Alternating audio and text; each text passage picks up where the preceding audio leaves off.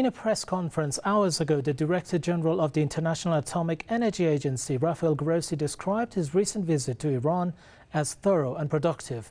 He maintains, however, that the agency will wait for Iran's next steps, as it believes in the maxim trust but verify, and that the E3's fourth resolution against Iran is on the table. The voting on the resolution takes place tomorrow, but regardless of the outcome, what will this mean in terms of Iran's relationship with the IAEA? In tonight's Spotlight, we are going to discuss Iran's relations with the IAEA. Allow me to introduce my guest. I am Bahman Uray. Daniel Kovalik, author and human rights lawyer from Pittsburgh, Pennsylvania.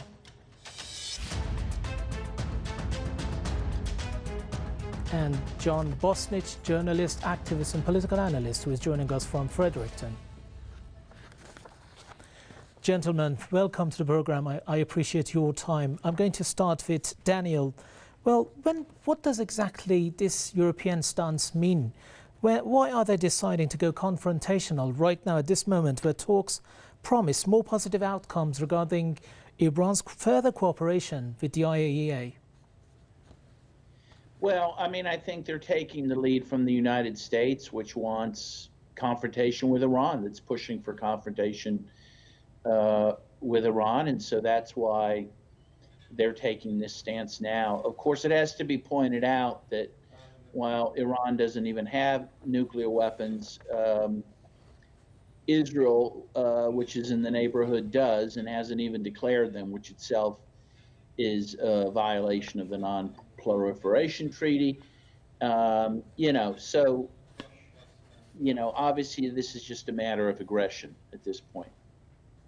Right. And now, John, Iran's foreign minister said the visit of Grossi to Iran was a sign of goodwill and commitment of Tehran to further improve the relation between Iran and IAEA. But what was this trip? Was it a formality? Why hasn't it made any effective change in the European position? Well, I think I have to agree right away with your other commentator today that this is just another of the landmines that the Biden administration in specific is setting for incoming President Donald Trump. There's no doubt that the existing administration in the United States is trying to disrupt everything it can with respect to the upcoming presidency of Donald Trump. Donald Trump himself has been hard on Iran, but I believe that is because he wants to pull off the deal of the century and find a peaceful solution. But Biden's administration wants to sabotage everything they can. They are definitely involved in the sabotaging of the future administration. They were behind the bombing of the gas line between Russia and Germany. They are participating in everything they can to create a warlike environment that will tie up the Trump administration even before he takes office. So this is more American chicanery, and I think that we could trace this directly back to Biden's administration and specifically to his Secretary of State. John, I'm going to stick with you right now. It seems that we are seeing a pattern here. It seems that the IAEA is taking positions solely based on what the collective West actually desires. So could we say that this international body is actually losing its function? This international body lost its function a long time ago, and I'd like to say there's no such thing as the collective West. The collective West is actually translated into common English as America and its occupied NATO colonies. These are not independent countries. These are, like the Roman Empire had, these are federati, or federated states, which do what they're told by the big boss in Washington, who is advised by the jokers in London. That's the way the world is run. The so-called international community are nothing more than a groveling group of occupied Anglo-American colonies by occupying forces which sit on their territory till today. Germany today 80 years after World War II, is an occupied country. Japan is an occupied country. And the rest of Western Europe is occupied territory, which the United States is just pushing left and right as they wish to further their interests of empire. And I think that the outgoing Biden administration in particular is a serious warmonger administration and wants to mine and lay minefields for the Trump administration even before he comes into office, because they know that he has presented himself as the anti-war president. And so they are trying to provoke war in any way that they can. Well, my question for Daniel right now is that could Iran trigger its right under Article 10 of the NPT, because it clearly says, quote, it can withdraw from the treaty if the withdrawing party decides that extraordinary events related to the subject matter of this treaty have jeopardized the supreme interest of this country. So could Iran actually go in that direction now? Well, it could have a long time ago. Again, the nuclear talks and agreements that Iran has entered into, and they've done so in order to try to make peace with the United States, to try to end the crushing economic sanctions against them by the United States. They've never been honored by the other side. Iran honors the agreements, but then the U.S. doesn't honor the agreement for its part. You know, Obama was supposed to lift all sanctions against Iran. He never did that. And then, of course, Trump unilaterally pulled out of the nuclear deal and imposed even more crushing sanctions, which the Biden administration has continued. So I would say, indeed, that this agreement that they have at this point is self-defeating, and it makes no sense for them to be a part of. However, I don't think they will leave it. And that is because they are doing anything they can to keep the peace. They want peace with the United States. They want peace with Europe. And they're willing to play ball even when they know that they are going to get the short end of the stick. Right. But if Iran doesn't do that, what will be Iran's next step? Because we have heard the foreign minister saying that if such resolution is passed, we're going to take a proportionate response and proportionate measures. What do you think could be a proportionate response to this? To what in particular? To this new resolution that is probably going to be passed tomorrow. Yeah, I'm not sure. I'm not sure what kind of response we can expect. I mean, look, I think the one thing people are waiting for is to hear whether Iran is going to announce that it's a nuclear state, you know, in response not only to this, but also to Israel's, of course, constant threats, which, you know, always have in them the veiled threat of a nuclear attack. So maybe in response they'll pull out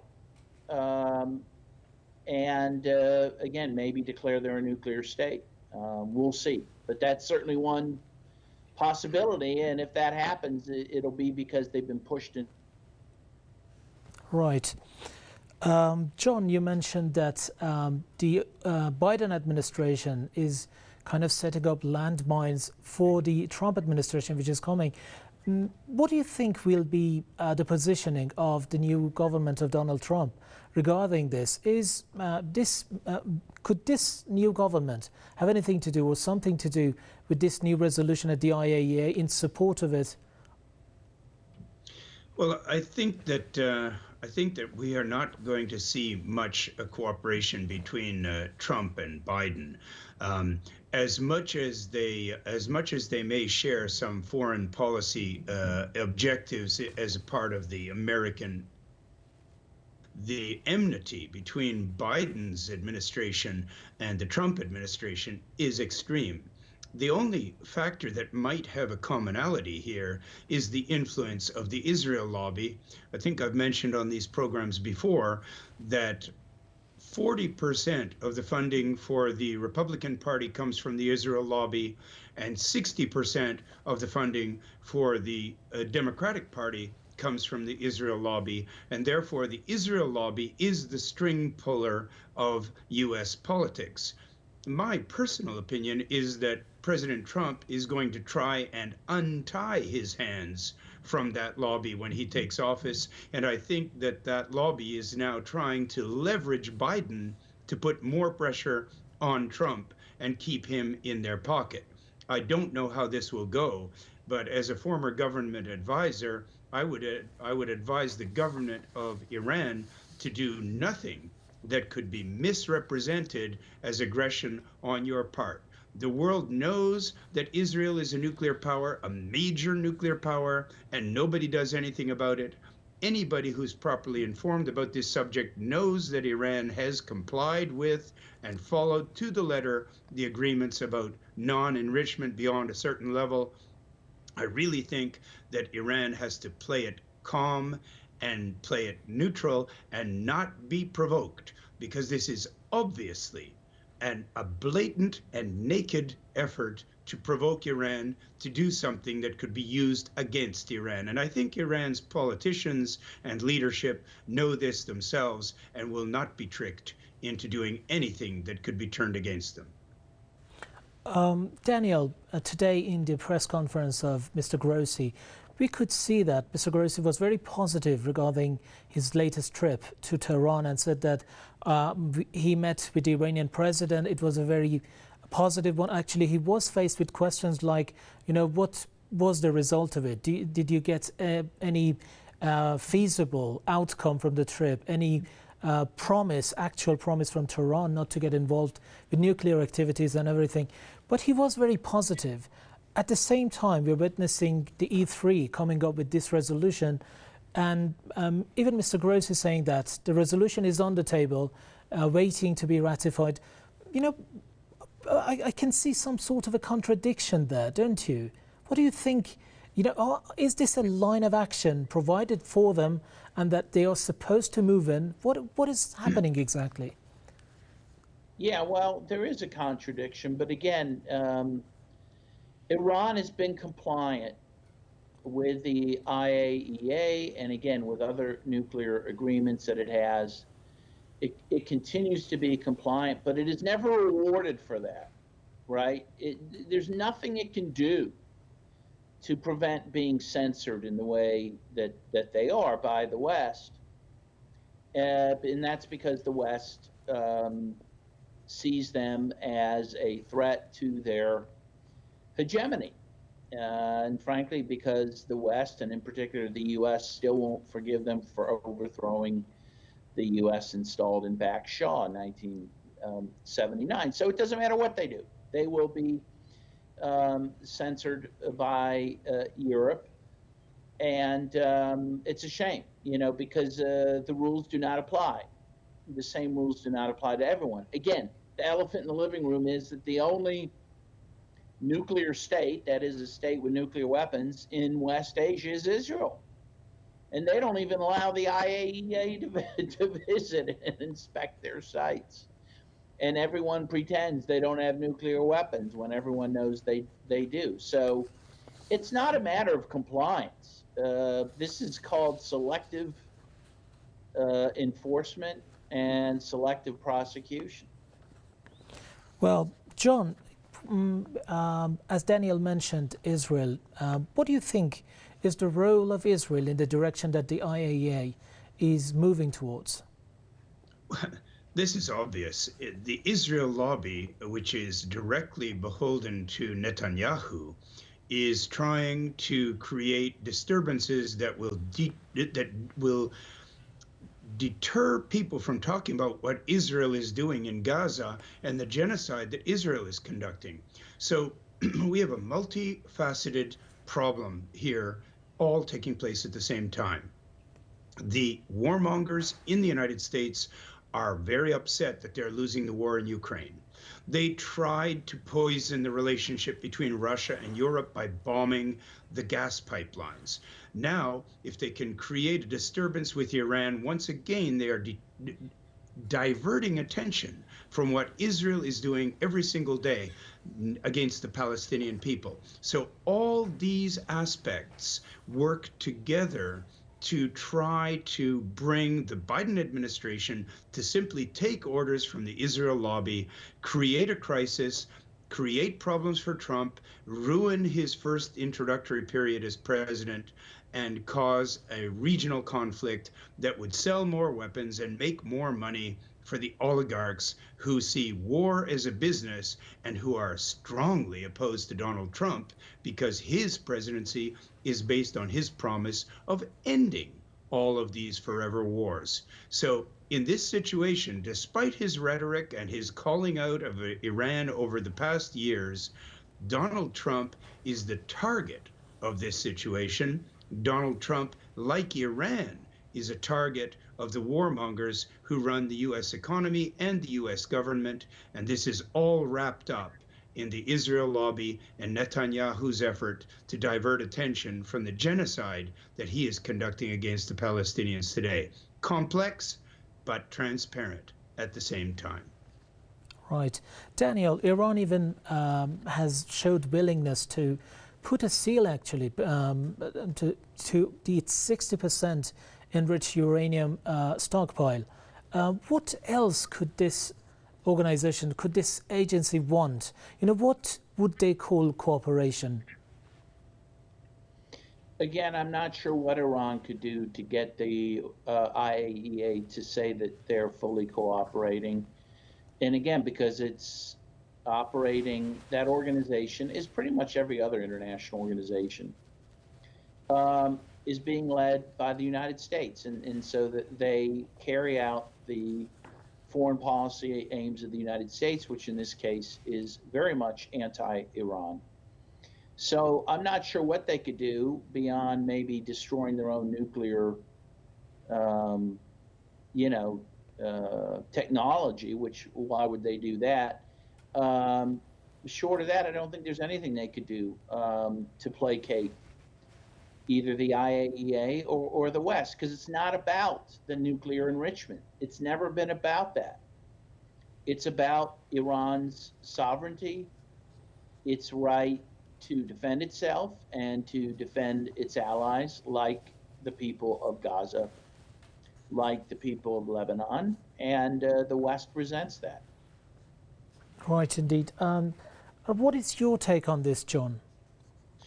Well, I think that it's a good time for Iran to pick up the phone and to call the members of BRICS and to call the Russian president and to call the Chinese president and let them know that it needs some international support, which it deserves and should receive, and lobby these other organizations and these international leaders to speak out loudly and forcefully against any effort to provoke an unjustified and unsupportable war in the region.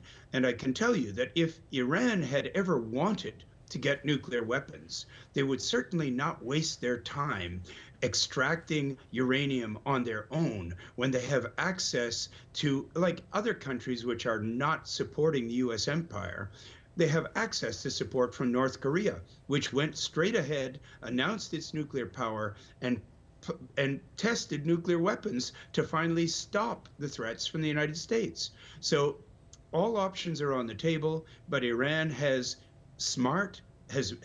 intelligently taken a very peaceful and very compromising road, and so that no one can say that they provoked some kind of a response from Biden, who would love nothing more than to poison the presidency of Donald Trump with an unnecessary war against a target that they have been demonizing for decades. Daniel, the Israeli Prime Minister has been constantly threatening to target Iranian nuclear facilities, which is a clear violation of international law, because even in times of war, nobody is supposed to target another state's nuclear facilities.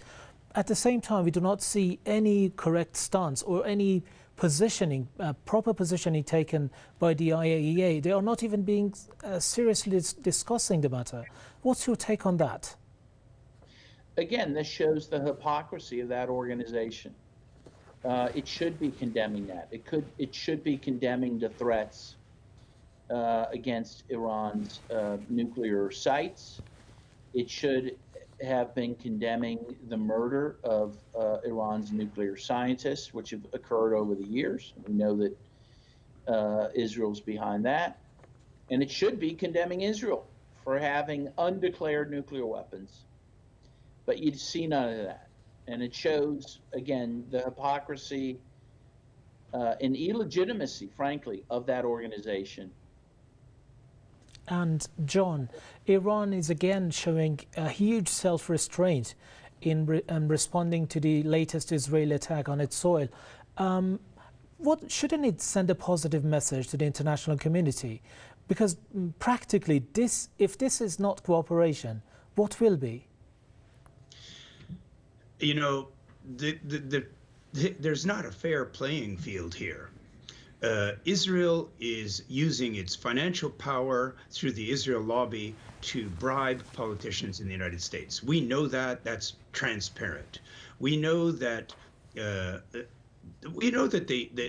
The absurdity of the situation draws not even a raised eyebrow in the Western media, which itself is totally controlled by the warmongers.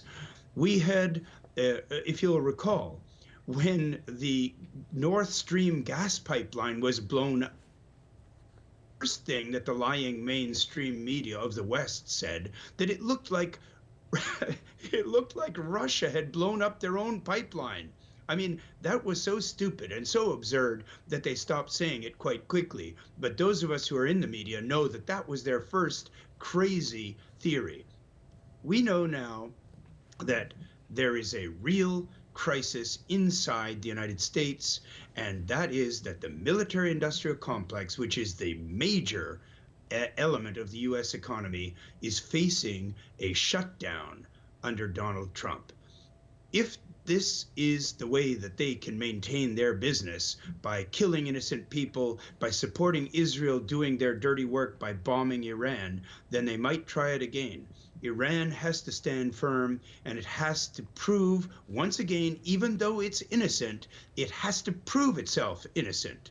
And this is very strange because the United States is based on the concept that you are innocent unless proven guilty. And yet the way they treat Iran is that Iran is guilty unless proven innocent. So Iran and the people of Iran have to continue to suffer under this false demonization and under this pressure, and they have to once again prove themselves to be innocent by sitting back and letting the lies flow until finally the world comes to Iran's defense, which they should. And the BRICS countries are the key players who should do that defense, and they should expose what is being done against the truth, against justice, and against Iran. That's the only way to proceed, and I think Iranian politicians and leaders are taking a very measured and very logical, peaceful approach, and I think it's the best approach, at least for the time being, depending on how much more pressure the Biden administration puts on Iran through Anthony Blinken, who is also the key player, not just against Iran, but for the Israel lobby and against Russia in the war in Ukraine. This is how the U.S. government has been hijacked, and you are the victims of it. Thank you so much, gentlemen. I wish we could go on, but we are running out of time. It was a pleasure to have you on the program, and thank you for your contribution. Daniel Kowalik, author and human rights lawyer, joining us from Pittsburgh, Pennsylvania. Also John Bosnitch, journalist, activist and political analyst, joining us from Fredericton. Thank you. So this was another episode of Spotlight.